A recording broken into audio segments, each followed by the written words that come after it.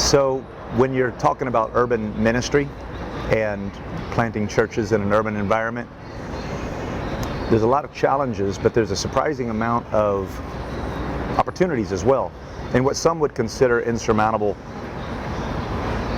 obstacles and extremely difficult, defeating paradigms can actually turn out to be great, beneficial, missional weapons that you can use. So, I touched on it earlier, I'll mention it again, that finance is a big deal. It's expensive to start a church in a metro area like Manhattan or Brooklyn or Queens. There are people doing it, and they're doing a good job. But to own real estate here sometimes seems like an impossibility, although we do have some success with it. One thing is, with entrepreneurship or dominion, you can do things financially that you normally couldn't do. It's not just grandma giving in the offering and people doing peanut brittle sales at your local church. Local churches are barely staying afloat in some ways, so how in the world would we ever come do a missional effort in a big metro area like this, where prices in real estate are exorbitantly high?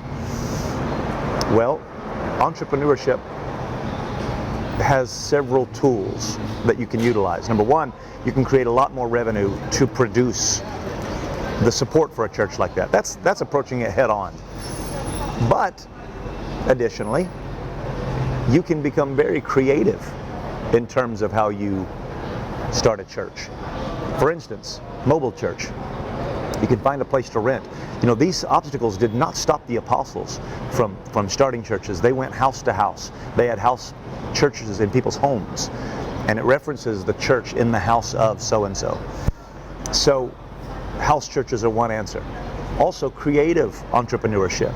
A coffee shop by day, a church by night, if you can get a dual purpose dynamic there. Now that can be tough because the coffee shop can consume you.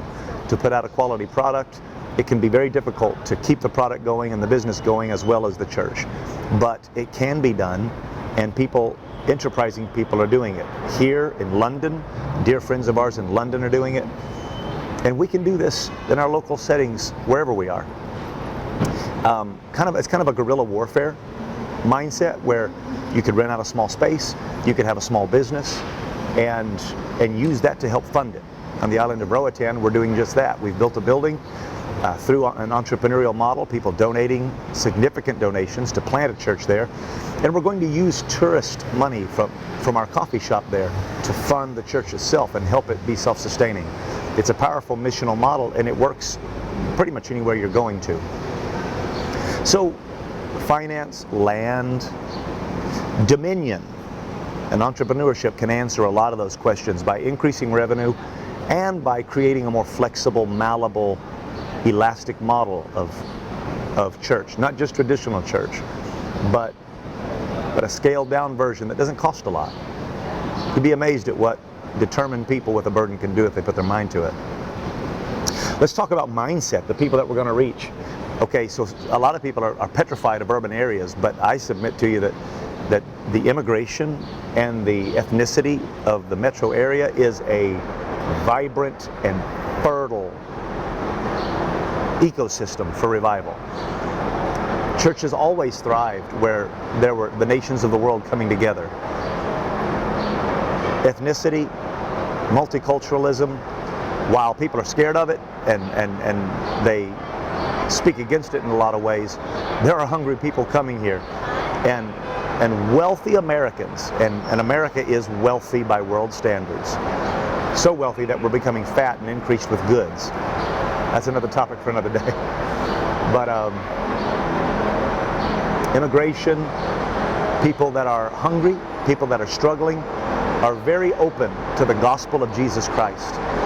And it is very significant that the apostles went to fishermen, they went to tax collectors, they went to harlots. When was the last time you talked to somebody on the street like that and ministered to them? I promise you, they are far more open than the Wall Street banker, the businessman, the person consumed with money and getting ahead.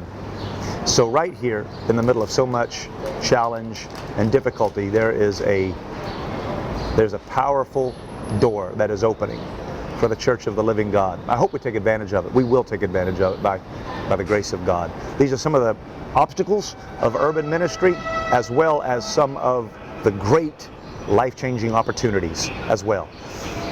So the Bible describes a situation where Paul said there's a great door, an effectual door opened to us. There's the opportunity. And then he said, and there are many adversaries. That's your adversity. We'll get it. The apostles got it, and we'll get it too.